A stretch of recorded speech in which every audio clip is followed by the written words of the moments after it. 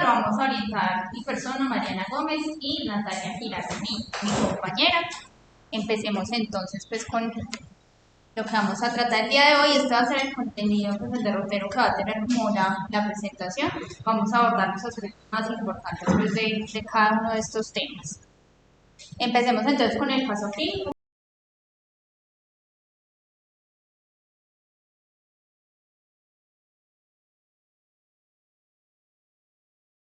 Entonces el siguiente paso sería ese pues, que nos menciona Cami, como ya lo dice, pues cuando llevan a Juanita a urgencias, ella ya no está convulsionada. Entonces digamos que el manejo de fase crítica o agudo pues no se le va a hacer, pero sí hay que buscar la causa de la fiebre y obviamente pues hay que hacerle algo, no le vamos a hacer a los papás que se la lleven pues, para la casa porque ya no está convulsionada. Al examen físico entonces se encuentra un eritema faríngeo con escurrimiento posterior y exudados amigdalofaringeos como lo vemos aquí. El murmullo vesicular está conservado, sin sobreagregados y tiene algunas adenopatías cervicales. Entonces, ya teniendo ese examen físico, ¿ustedes creen que le requeriría un examen complementario, algo adicional? Listo, muy bien. Y también preguntan si hay riesgo de que vuelva a ocurrir y que si eso afecta su desarrollo neurológico. Eso pues ya lo desarrollaremos, lo sabremos a medida que desarrollemos la charla.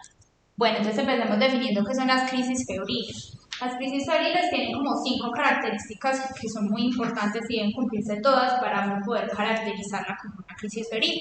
Son episodios convulsivos que aparecen en los niños entre los 6 meses y los 5 años. Respecto a la edad mínima, que son 6 meses, hay algunas asociaciones que han presentado publicaciones y dicen que se podría considerar desde el primer mes, incluso desde los 3 meses. Pero ¿cuál es el riesgo? Que por debajo de esos 6 meses en todos los niños hay que sospechar infección. Entonces lo mejor es que utilicemos la definición, digamos que habitual, de 6 meses y 5 años. ¿Quieres decir? O sea que puede tener 38, 45 chances. Exacto. Sería el segundo episodio febril. O sea, para que sea crisis tiene que haber una convulsión, o sea, una crisis. Entonces, esta convulsión o esta crisis se presenta en un contexto de fiebre, que se expresa pues una temperatura mayor a 38 grados, en alguna literatura 38.3, y que se presenta dentro de las 24 horas en las que se desarrolla el episodio febril. Puede incluso ocurrir antes de que empiece a elevarse la temperatura, pero siempre pues como en ese rango de tiempo. Importante que el paciente no tenga antecedentes de crisis afebriles, que no haya evidencia de una neuroinfección o una causa neurológica ya definida y que tampoco haya asociado otra alteración metabólica, electrolítica o sistémica que justifique este cuadro. Yo quiero decir algo que a mí también me confundió cuando vi el tema por primera vez en pediatría, que yo pensé que cuando hablábamos de crisis febriles hablábamos de un paciente que tenía fiebre, mucha fiebre, picos de fiebre, pero en realidad cuando hablamos de crisis febriles nos referimos a un evento ictal, o sea, a actividad neuronal pues, desorganizada, en este caso a causa de la fiebre. Entonces, bueno, respecto al término convulsiones, digamos la neuropediatra nos decía que no utilizáramos el término convulsiones sino crisis, porque convulsiones se refiere solo a la manifestación motora, pero hay unas crisis que no necesariamente son motoras, sino que pueden ser atónicas, hipotónicas. Entonces nos referimos a crisis febriles como un evento de que se desarrolla en un cuadro febril. Y realmente en la mayoría de la literatura van a haber descrito como episodios convulsivos, pero realmente son crisis, porque convulsión, como decía Nata, tiene que asociarse a un episodio, una manifestación motora de esa crisis. Listo, respecto a la epidemiología, entonces tenemos que la principal causa de consulta en urgencias por neurología pediátrica. Es un trastorno neurológico benigno que ocurre en los niños lactantes en la primera infancia, afecta entre el 2 al 5% de los niños entre los 6 meses y los 5 años. Se dice que hay una incidencia anual aproximada de 460 casos por cada 10.000 niños menores de 4 años y que la incidencia máxima es a los 18 meses. Solo el 10 al 15% de los casos se van a presentar luego de los 4 años. Existe un ligero predominio masculino de 1.6 a 1, pero realmente no es muy relevante. Un tercio de estas crisis se pueden presentar con características de crisis compleja, como ya veremos más adelante cuáles son las clasificaciones, y generalmente estos episodios se presentan entre 4 a 6 horas luego de que inicia la fiebre.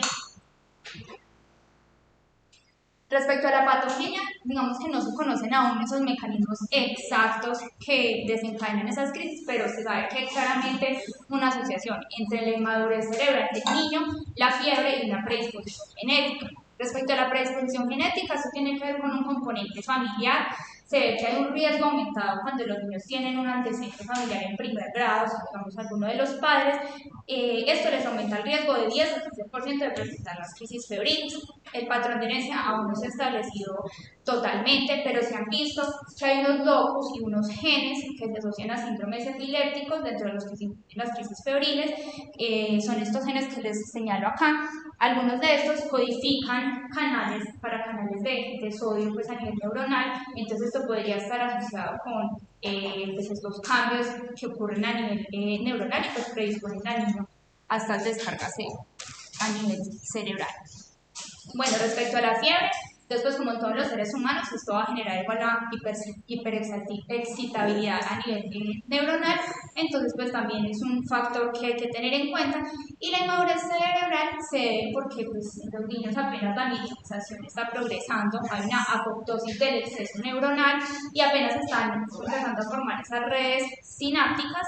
Además de la inmadurez en los mecanismos termorreguladores, esto va a llevar a que haya una disminución del umbral convulsivo, entonces pues pueden desarrollar más fácil la crisis en caso de que se presenten los factores.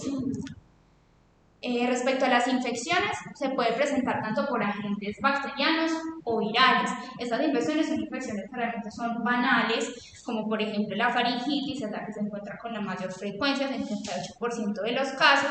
La otitis media está en el 23%, la neumonía en el 15% y también pueden haber otros como gastroenteritis o exantema.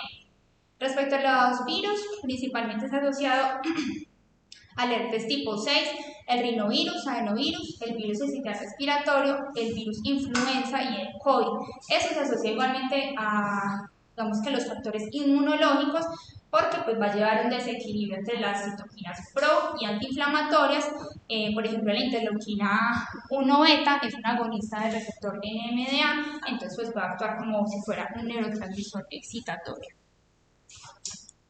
Otras son, por ejemplo, las inmunizaciones. Se ha visto que en el periodo postvacunal podría ser más susceptibles a los niños de presentar estas crisis, pero es poco frecuente, menos del 1% de los casos, entonces pues no es una excusa para no vacunar a los niños, pero se ha visto que hay una asociación, sobre todo con las vacunas de la DPT, de células enteras y la triple viral.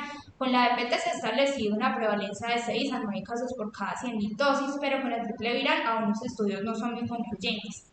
Respecto a la influenza, también se ha visto que puede aumentar el riesgo, sobre todo cuando se aplica ese mismo día la vacuna del neumococo y la DPT, de células enteras. Y aunque esto pues, digamos que son las que más se asocian con las crisis febriles, realmente cualquier vacuna que le cause pues, fiebre al niño, pues ya está sumando un factor de riesgo que es la fiebre para que se desarrolle la crisis.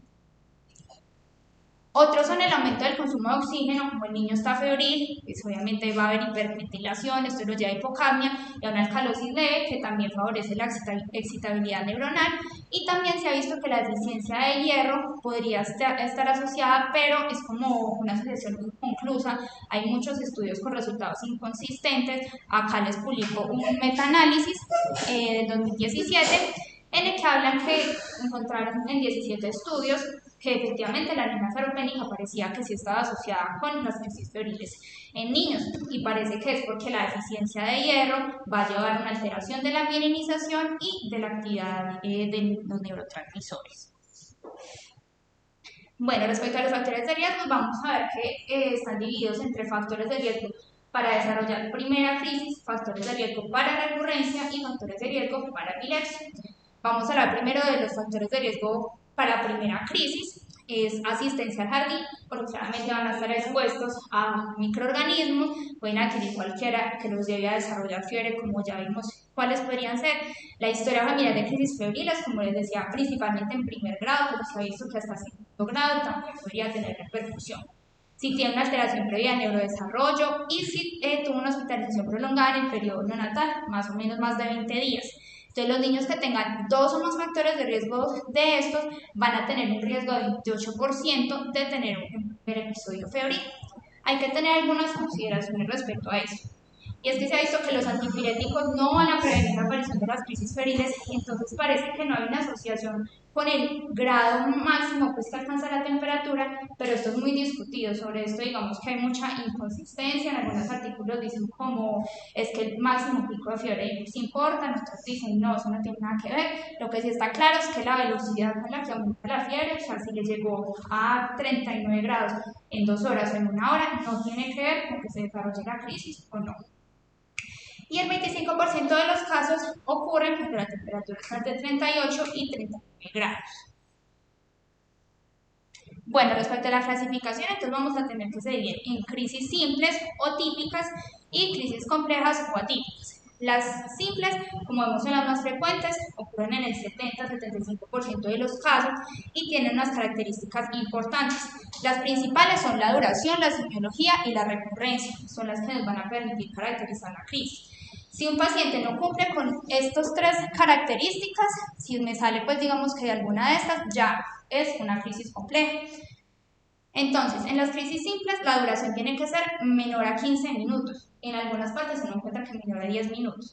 Realmente la media de la duración de estas crisis es de 3 a 4 minutos.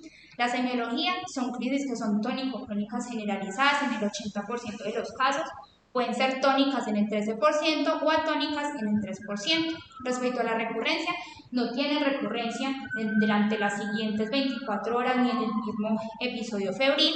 En el periodo posictal, o sea, después de que ya pasó la crisis, se considera un periodo posictal corto, el niño recupera completamente, pues, digamos, como su estado basal, como vimos en la niña Juanita, ella a los 2 minutos después de la crisis como que ya estaba volviendo en sí, aunque quedó un poco somnolienta. Respecto a los antecedentes familiares, principalmente las crisis febriles, hasta en el 50% de los pacientes que tengan este tipo de crisis. En las crisis complejas o atípicas, estas se presentan en el 30-35% de los casos, tienen una duración mayor a 15 minutos. Estas crisis ya no son tónico-crónicas generalizadas, sino focales, entonces pueden ser difíciles de detectar, incluso pueden iniciar focales, pero convertirse a tónico-crónicas generalizadas. Pero si su inicio es focal, sigue siendo compleja. Respecto a la recurrencia, puede haber una más crisis en 24 horas o en el mismo episodio febril. El periodo posictal es más largo, el paciente puede tener síntomas neurológicos, dentro de los que se hablan de la parálisis de TOC, que es una debilidad que ocurre pues, en el periodo posictal, que es transitoria, se puede presentar en miembros superiores, pero también puede afectar el habla, y pues el niño se recupera completamente después de 24 a 48 horas, pero ocurre en muy poco porcentaje pues, de los casos. Respecto a los antecedentes familiares, se asocian antecedentes de epilepsia, y se dice que el 5% de estos casos pueden evolucionar a un estatus febril, que la definición sigue siendo una crisis de más de 30 minutos o una crisis generalizada que no tuvo recuperación completa en el periodo posictal. Entonces tenemos que tener claro que para que sea una crisis simple o típica me tiene que cumplir todas estas características. Si no me cumple solo una, digamos un paciente tuvo 2 crisis tónico-crónicas generalizadas, así sean tónico-crónicas generalizadas, pero tuvo 2 en ese mismo episodio, ya se considera compleja. ¿Listo? Bueno, respecto a la semiología de crisis, entonces traemos unos videos, pues porque esto realmente es muy visual. Estas serían crisis simples, o sea, tónico-crónicas generalizadas. Ay, yo creo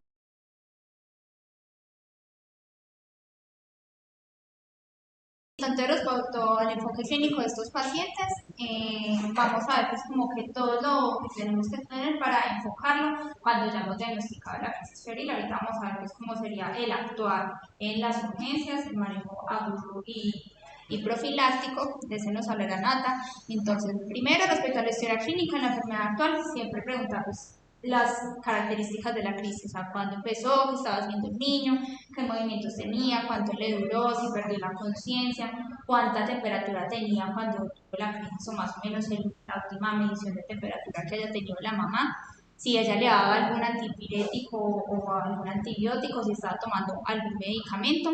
Respecto a los antecedentes, los perinatales, saber si hay algún antecedente de alteración neurológica que haya que tenerse en cuenta.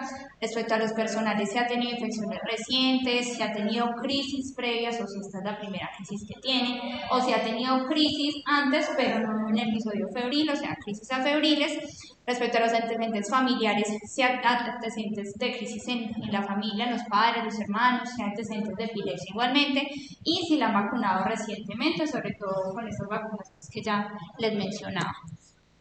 Bueno, respecto al examen físico, entonces se va a hacer completo, siempre buscando el foco de la infección.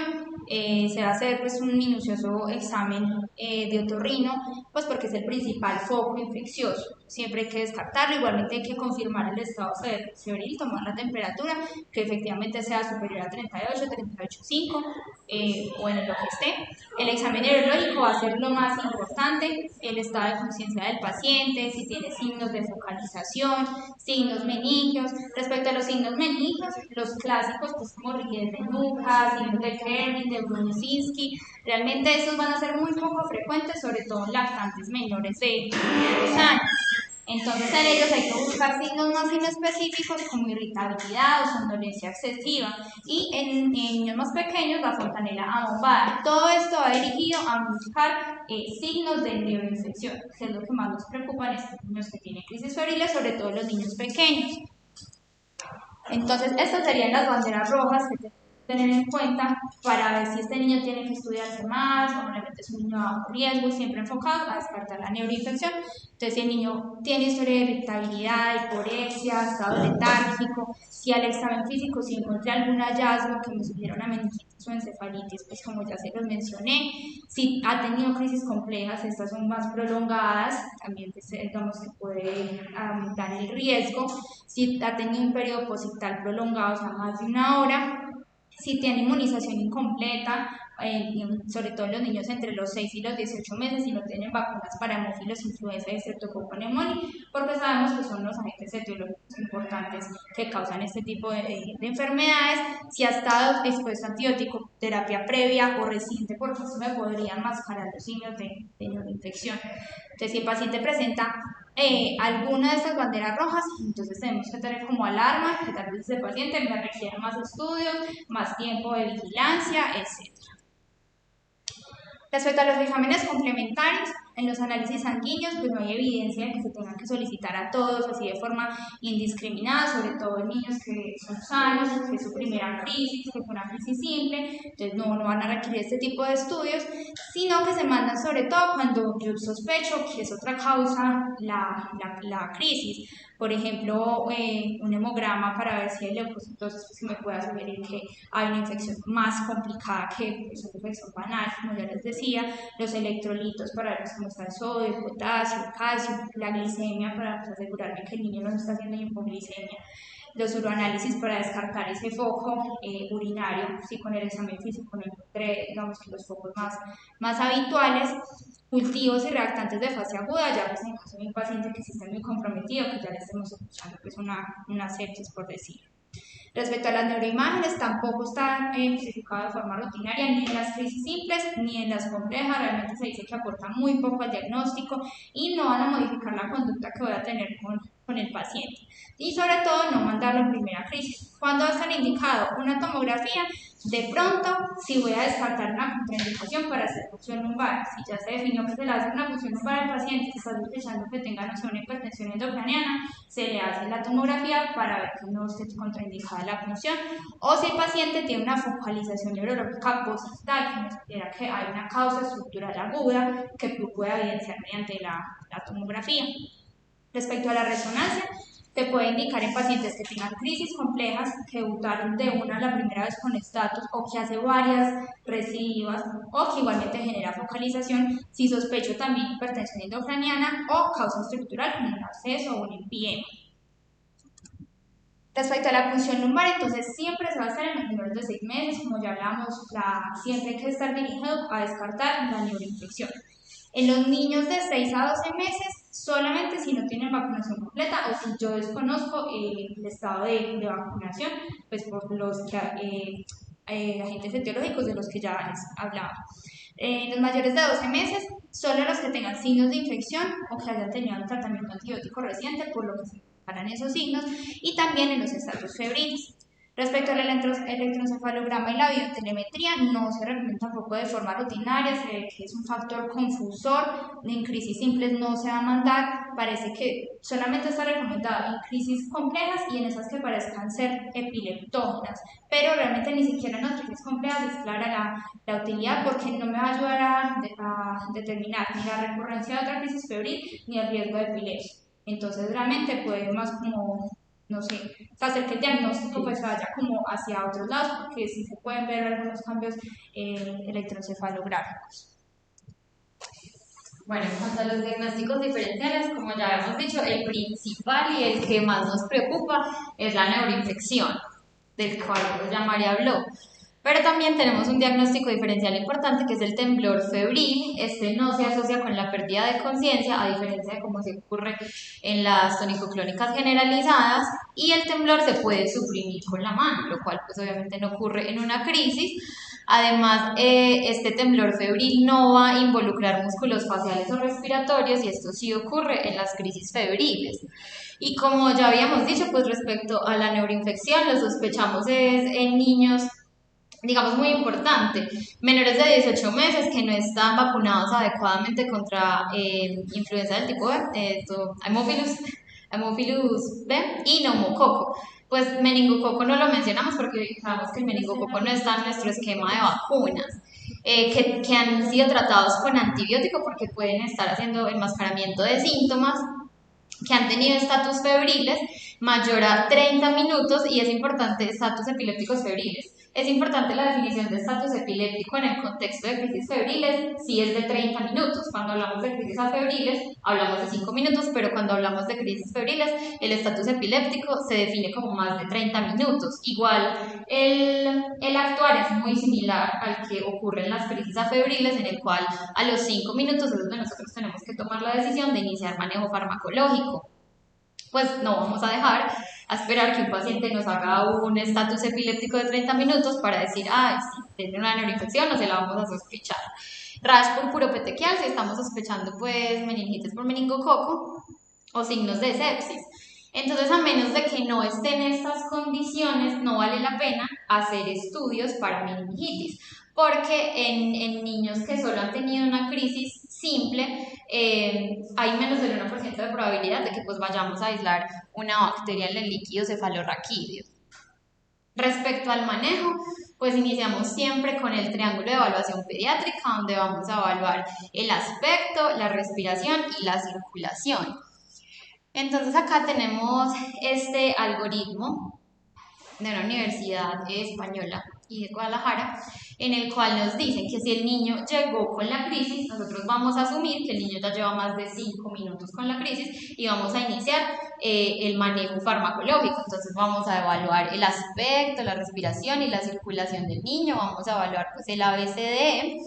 Y como el niño llegó con crisis, nosotros vamos a asumir que él ya lleva más de 5 minutos y de una vez vamos a iniciar. Dependiendo de si tenemos vía venosa periférica canalizada, diazepam o midazolam, que ya les voy a mencionar las dosis intravenosas, o midazolam intranasal, intramuscular u oral. Esto sí nos llegó con la crisis. Ahora, si el niño llegó ya sin la crisis, pero igual los papás lo llevaron porque pues estaban alarmados, vamos a hacer entonces primero pues una exploración del niño, vamos a tomarle la temperatura, vamos a preguntarle a los papás sobre cuál fue la semiología de la crisis, algunos de ellos pues traen videos, entonces esto es muy útil. Vamos a preguntarles con cuánto tiempo después el niño estuvo como en ese posital, como alterado, dormido, como somnoliento, para más o menos saber pues cuánto tiempo estuvo en ese periodo postcrítico. Es muy importante que definamos la edad del niño porque pues si tiene menos de 6 meses nosotros ya no vamos a estar tan tranquilos, si tiene más de 5 años tampoco, y pues vamos a evaluar dónde está el foco de la posible infección, el foco de esa fiebre. Bueno. Respecto al tratamiento con anticonvulsivantes, está indicado cuando los niños, como decía, llegan con crisis podemos suponer que ya lleva más de 5 o 20 minutos, o si la crisis es recurrente, es decir, que vuelve a aparecer en las 24 horas. En ese caso es donde vamos a hacer el manejo farmacológico con anticonvulsivantes, en el cual vamos a poner midazolam 0.5 miligramos por kilogramos en 5 minutos, o tenemos otras vías de administración como nasal o intramuscular. También de diazepam, pero pues el que más usamos es en realidad el midazolam. ¿Cuánto dice midazolam? Punto 15. Punto 15, profe. Midazolam, punto 15 miligramos. Bueno, entonces en cuanto a los antipiréticos sí son útiles porque nos van a reducir el disconfort pues, asociado a la fiebre, y porque algunos estudios dicen que nos pueden reducir la recurrencia de una crisis en las 24 horas, entonces nos sirven para bajar la fiebre, ¿no? Pero no nos van a servir para prevenir que el niño nos vuelva a hacer otro episodio febril y que en el siguiente episodio febril pues vaya a hacer una crisis otra vez. Porque los antipiréticos no inhiben la elevación de la temperatura. Los antipiréticos lo que favorecen es la disipación de la temperatura. Entonces, en realidad, los antipiréticos profilácticos no están indicados. Y pues aquí tengo las opciones de los antipiréticos: el acetaminofén, 15 miligramos por kilogramo vía oral, y el ibuprofeno, les doy la dosis.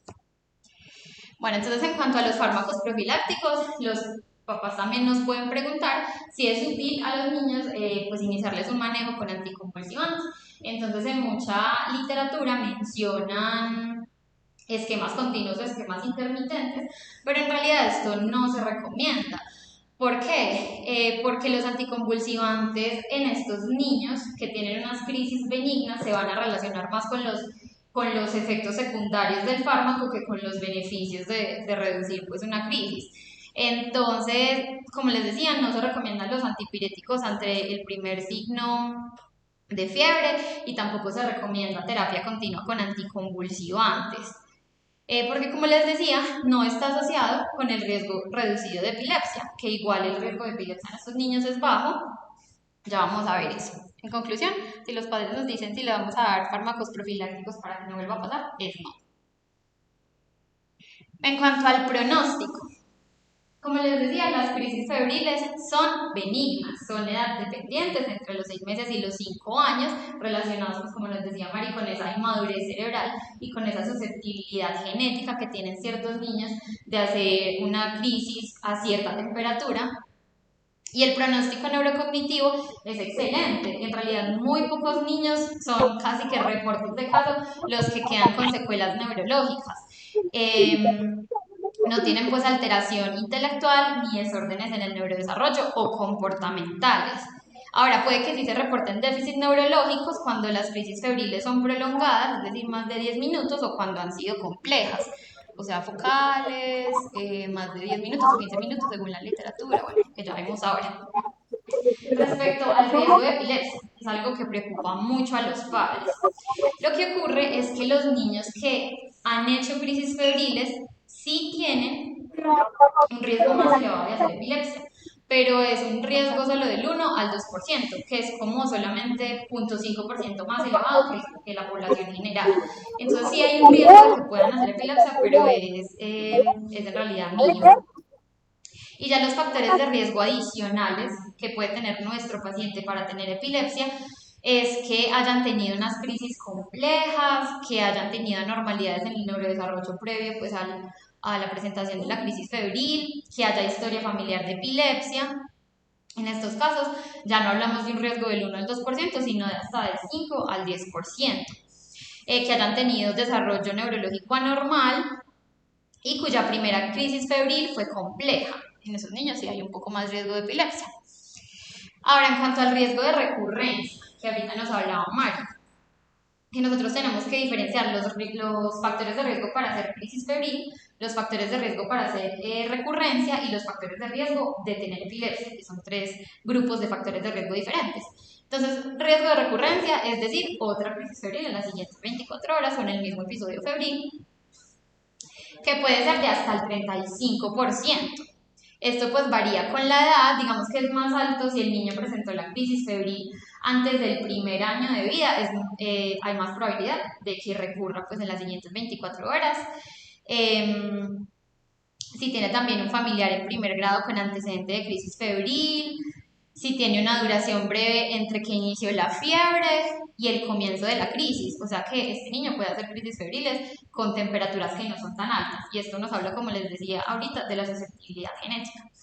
Si ha tenido neurodesarrollo anormal antes del primer episodio febril, y si tiene historia de crisis afebriles en padres y hermanos.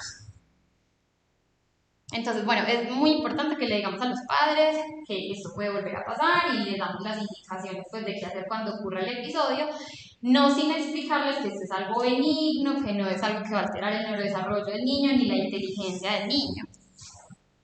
Entonces, como les decía, alteraciones del neurodesarrollo no tienen pues alteración en la inteligencia ni en el coeficiente intelectual. En cuanto a los criterios de alta hospitalaria, vamos a dar el alta hospitalaria si fue una crisis febril simple que ya se resolvió y el niño volvió a su estado de base. Y también otro criterio para la alta hospitalaria es que le hayamos hecho educación a los padres sobre la benignidad de la condición. Porque pues como vimos puede ser muy angustiante para un papá pues ver el hijo así.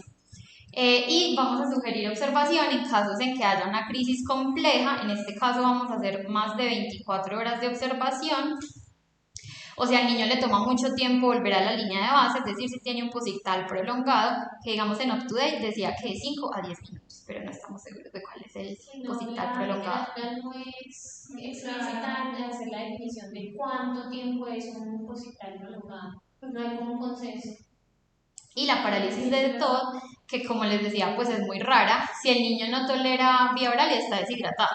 Ahora, en cuanto a la parálisis de TOD, yo cuando la estaba leyendo, yo dije, pues qué miedo que un niño que haga una convulsión luego tenga una hemiparesia. Uno dice, no, pues si es una TB, una hemorragia subaracnoidea. En realidad sería muy miedoso, menos mal, es muy, muy raro, estar menos del 0.5%.